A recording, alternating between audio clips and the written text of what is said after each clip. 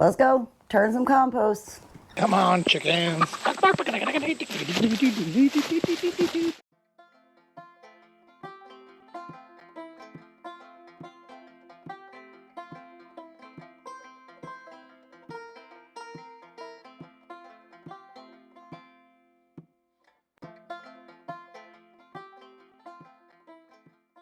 We're about to talk about some compost.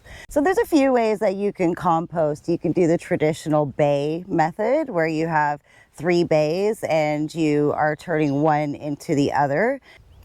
There are rotating composters that are off the ground that you rotate every day or as often as you remember to. I use the Berkeley method of composting, and I do it in a cage rather than in a bay. I used to do the bay methods and it works great, but I'm always in a hurry. I'm in a hurry and I want my compost fast, and I always find that I just never have enough of it, and that's because I'm always adding gardens to this place, so I need more compost.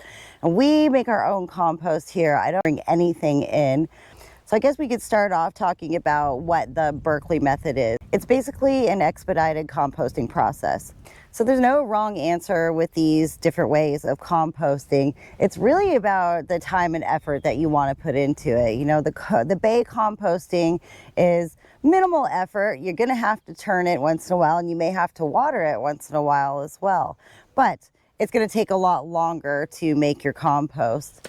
Now, the Berkeley method takes about 2 to 3 weeks, more than 2 weeks, less than 3 weeks, let's say that, about 18 days if you are really on top of it. It's really about how much effort and time you are putting in when you're choosing a method to compost. Getting your fast compost is going to require a little bit of effort and a bit more of your time. But I'm not really going to give you a composting lesson. I'm going to show you how I compost and how the Berkeley method works for me. So first of all, let's talk about what goes into your compost and what shouldn't go into your compost.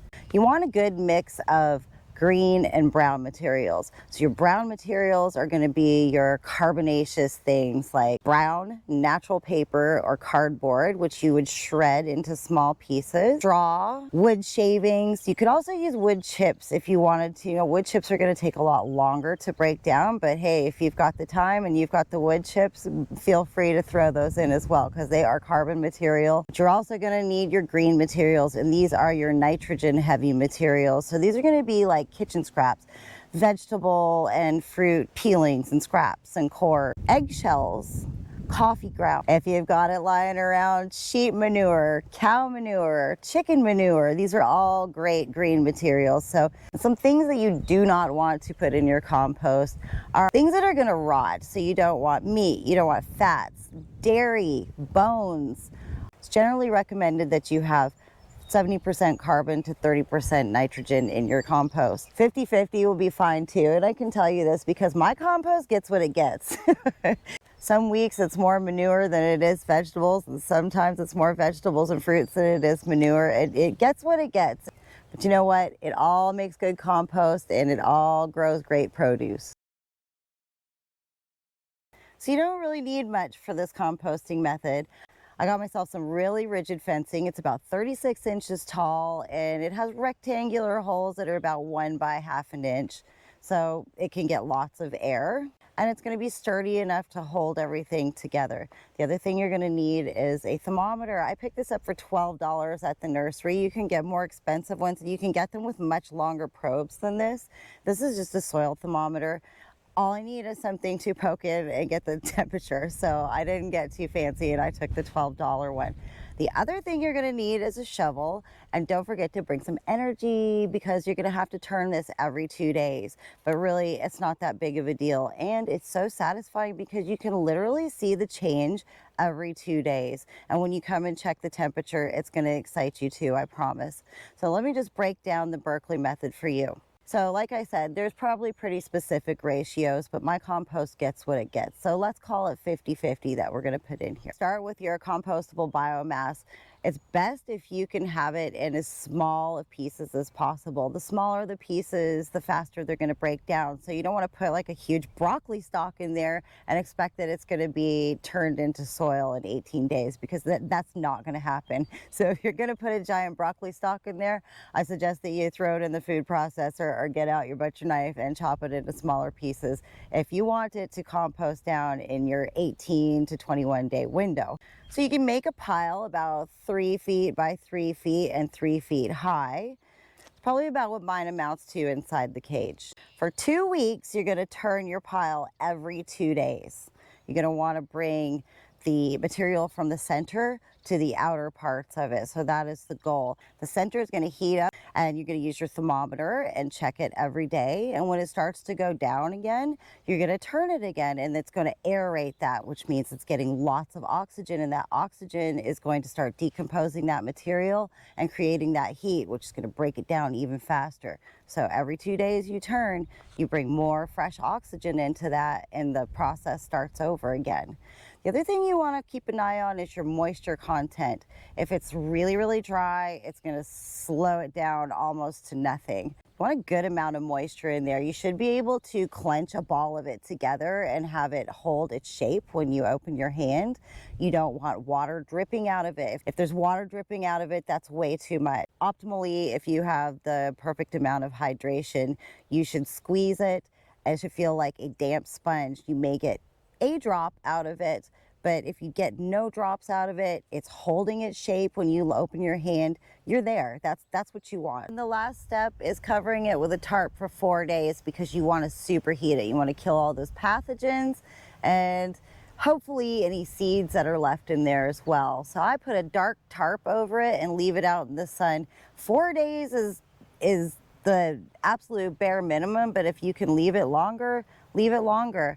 I have one that's under the tarp. It's been under there for about 2 weeks now, and I come up every couple of days and I turn it and put the tarp back on it, because I do have a little bit of extra time. I'm not in such desperate need of it right now, but I am getting ready to top dress my garden, so I'm gonna get up here and turn everything and try and get it all to its last stage.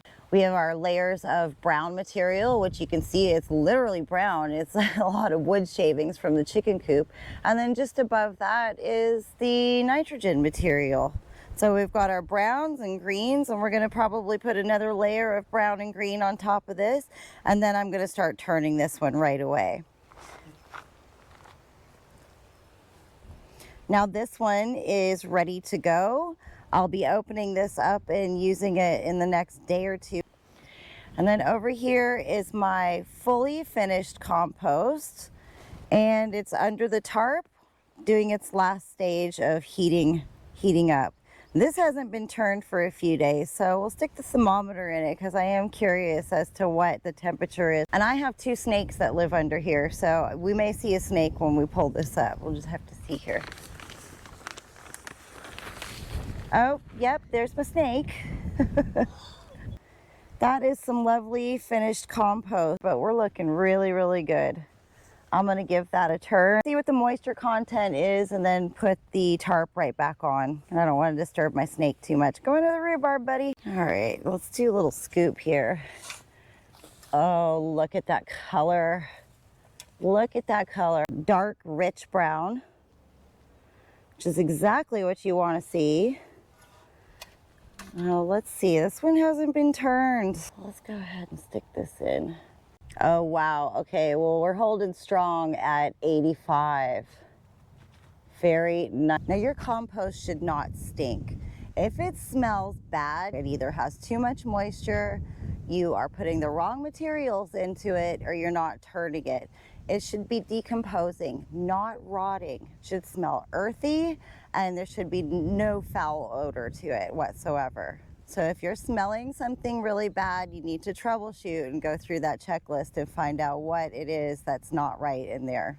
So I'm taking everything from the outside and I'm putting it right on top, so it will eventually become the center. So that did not take me very long. It was like a couple of minutes. So it's totally worth the effort for me to have compost ready in under 3 weeks. I mean, who can beat that, really? I hope you enjoyed this video, and we'll catch you on the next one.